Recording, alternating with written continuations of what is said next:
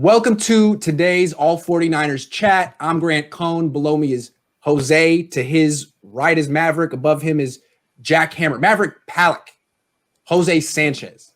Jack Hammer and Grant Cohn. Today we have like 12 topics to get through, so I'm not going to do a whole preamble intro. Let's get right into it. And if you guys have questions, ask them. We'll try to address them. Stay on topic. If you ask questions from left field, I'm going to kick you out of here. You're banned. First question. Do you guys have confidence that Nick Mullens will play well on the road in the Meadowlands this Sunday?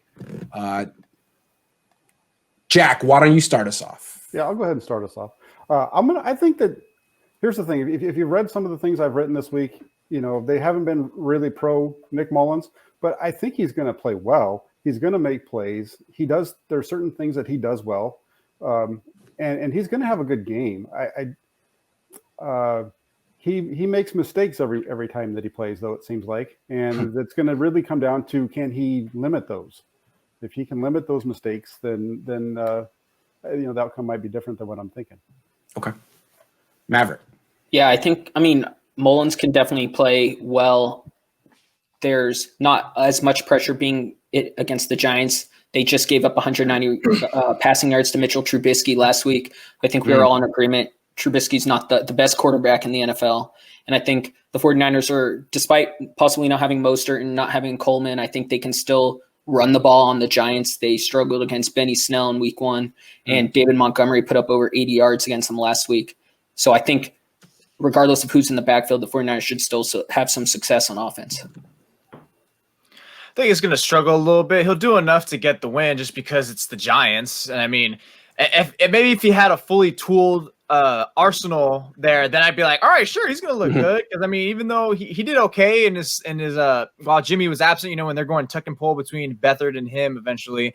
But I think that's why I think George Kittle, well, foreshadowing for later. That's why I think he's probably going to start, because they want to ensure Nick Mullens is good, because, you know, Ayuk didn't really flash. He looks like he's thinking too much in his route or whatever else he's doing out there. You know, you're without like technically 2 of your top backs, even though the second top back personally is Jerick McKinnon. He'll still be fine at that point. He'll probably struggle so long as he can avoid more than one turnover, multiple turnovers, control the game, maybe make a play or two be a reason why you guys score a point, score a touchdown, and they'll look fine. But I think he should be fine. This is a good opponent to go against if you're Nick Mullens.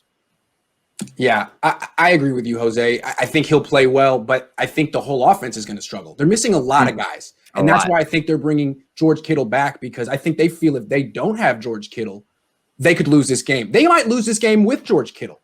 This is a tough one with all the backups they're playing. So, yes, I think he'll play well. I don't expect the Niners to put up a lot of points on offense. And to Jack's point, I think Nick has to play like a responsible backup quarterback in this game. And what I mean by that is, take his interception against the Jets.